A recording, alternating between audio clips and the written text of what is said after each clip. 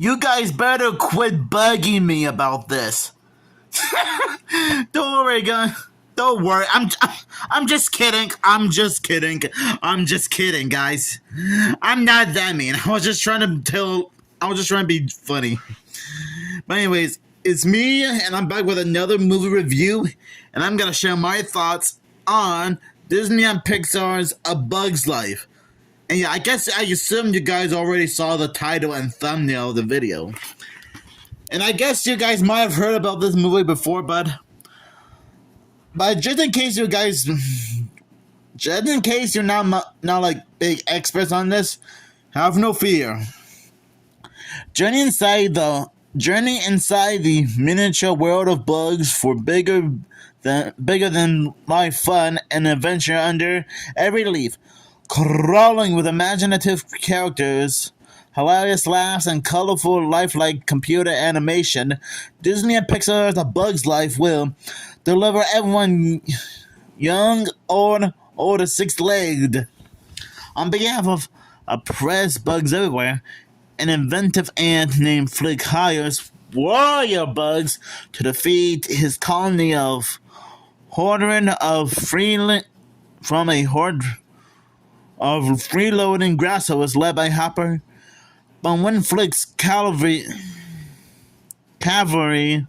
turns out to be ragtag group of flea circus performers, the stage is set for comic confusion as well as unlikely heroes. Oh boy.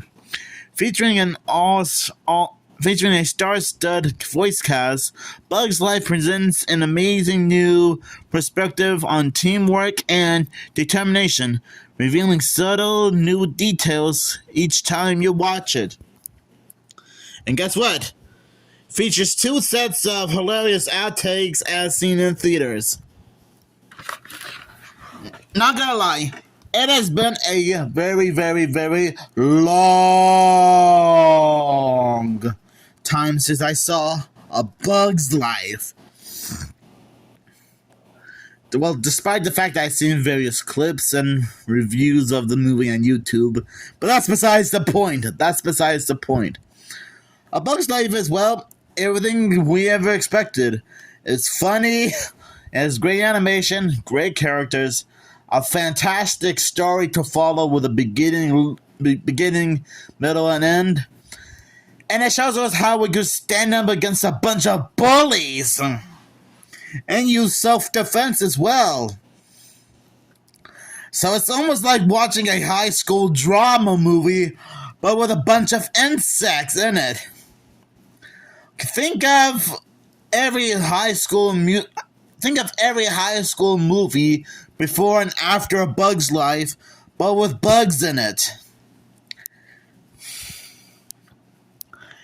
And some of you guys might have known about this already, but just in case you don't, this is actually the second Disney Pixar movie they worked on.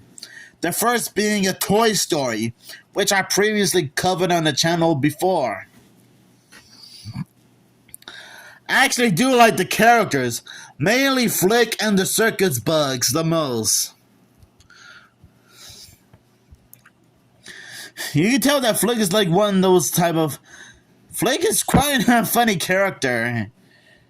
All he ever does is create useful inventions to help the colony. But let's just say that sometimes he could be a bit of a bumbling fool and somehow manages to screw things up, which really seems to tick off the rest of the ant colony, who also seems to think he's a screw up, and Flick doesn't seem to get much respect. And honestly, I sort of feel a little bit bad for Flick. I mean, all he ever wanted to do was help, which he made it clear a few times before with his inventions, but I guess sometimes things don't go so well as he hoped they would. Ugh. Sorry about the yawning. Yeah, kind of like how Flick and the rest of the ant colony found out that the grasshoppers are coming, and they had to hurry to put all the food on the offering stone. And since Flick had a little bit of food in his little contraption for harvesting grain, he throws the invention onto the harvester. But let's just say that the invention accidentally slips off and knocks off one of the small rocks, holding the harvester, which ends up spilling into the water, which really horrifies Flick about the situation, because now, when Hopper and his goons show up to terrorize and harass them, Hopper ends up scolding them and says they had to double the order of food, which really seems to get everyone all nervous up. And they all turn to Flick, who really seems to screw things up. Dang. Who would have thought that one good deed could lead to total chaos? Thankfully, Flick had an idea and said, "You know what, enough is enough. I'm gonna go into the city and get help by fighting bigger bugs." Which is what he does. You can tell that he's probably not scared of almost anything.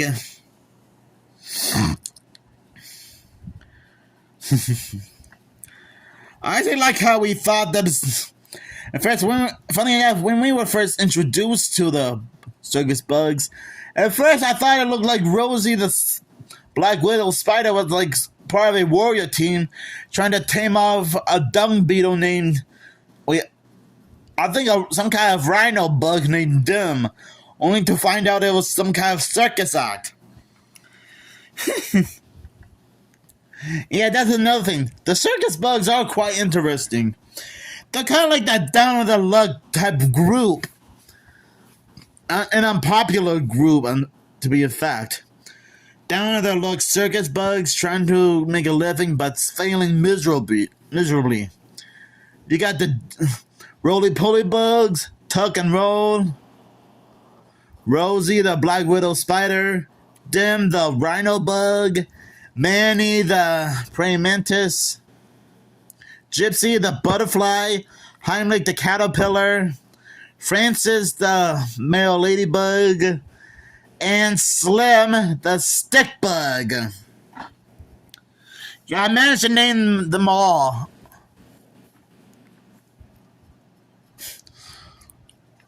There is a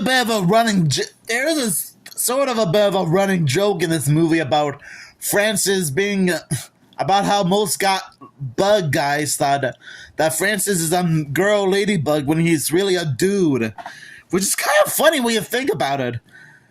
Talk about identity mix-up. I mean, back then that sort of thing was probably a little bit funny, but if it was made now, it probably would have been a little offensive.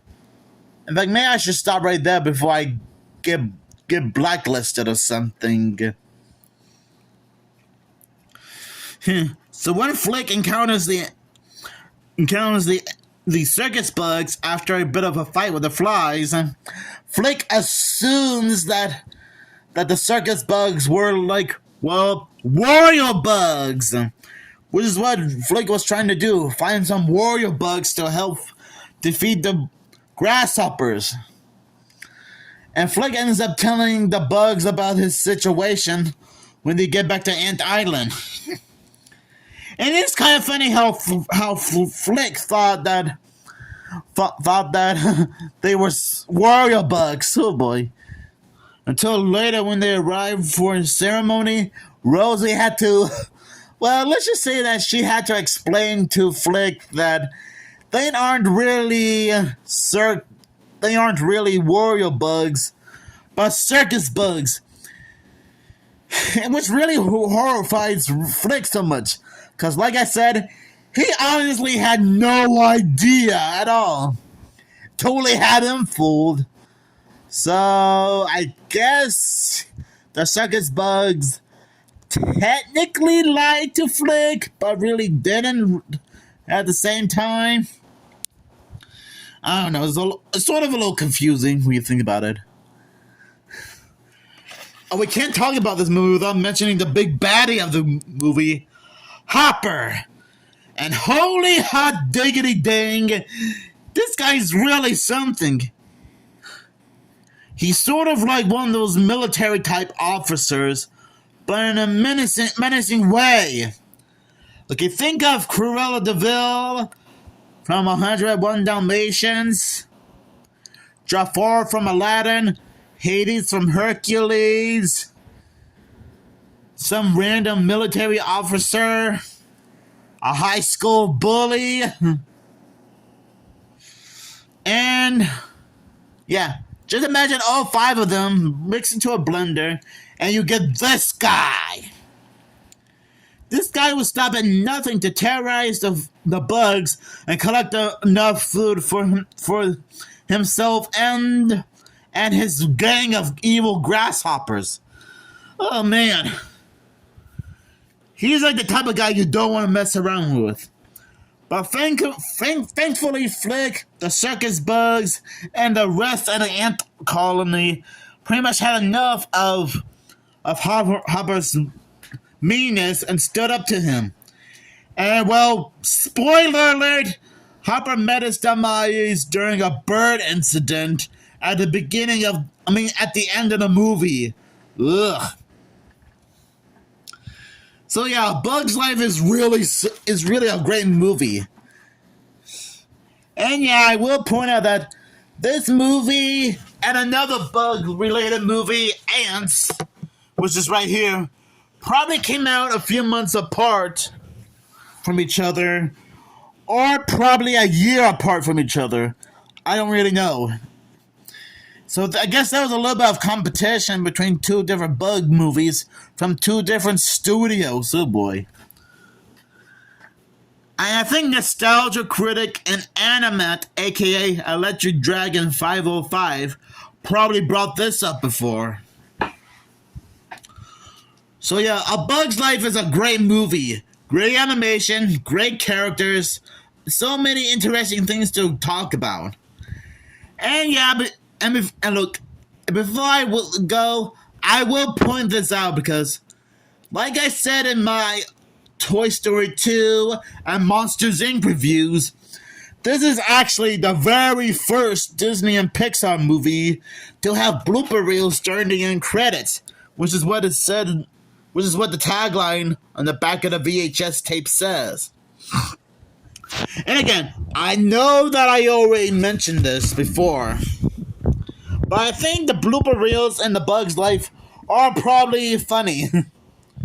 And while the first batch of bloopers are available to be seen during the end credits on the VHS and DVD release of the movie, thankfully the filmmakers created a second set of bloopers during the film's running. Just 3 weeks.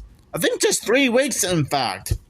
So now both sets of bloopers are found on the VHS release of A Bug's Life during the end credits. And yeah, I will admit, while the first batch of bloopers are available on the DVD version, that and the second batch are bonus features on the DVD as well. And I'm not gonna lie, the blooper reels are probably the funniest parts of the movie. And again, I know that the Nostalgia Critic probably already talked about the bloopers when he shared his thoughts on A Bug's Life months ago. But seriously, it was a time when Disney and Pixar wanted to do like little blooper reels during the end credits. I will continue on about how great the blooper reels are, but there's already plenty of videos on YouTube explaining how great they are and how funny they are. Well, thankfully, it's a little bit, even though A Bug's Life, Toy Story 2, and Monsters Inc. were the only 3 Pixar films to have blooper reels, I'm actually glad that the newest movie, Elio, is starting to bring back the blooper reels, which I already made a video about that a while ago. So yeah, A Bug's Life is still a great movie, and I highly recommend seeing this movie.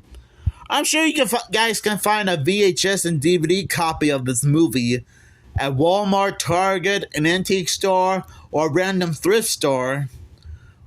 And I guess you could try to find.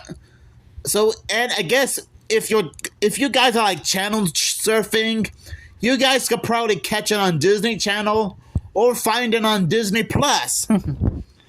So thank you guys for watching, and I'll give this movie 5 caterpillars out of 5 because that's how great this movie is.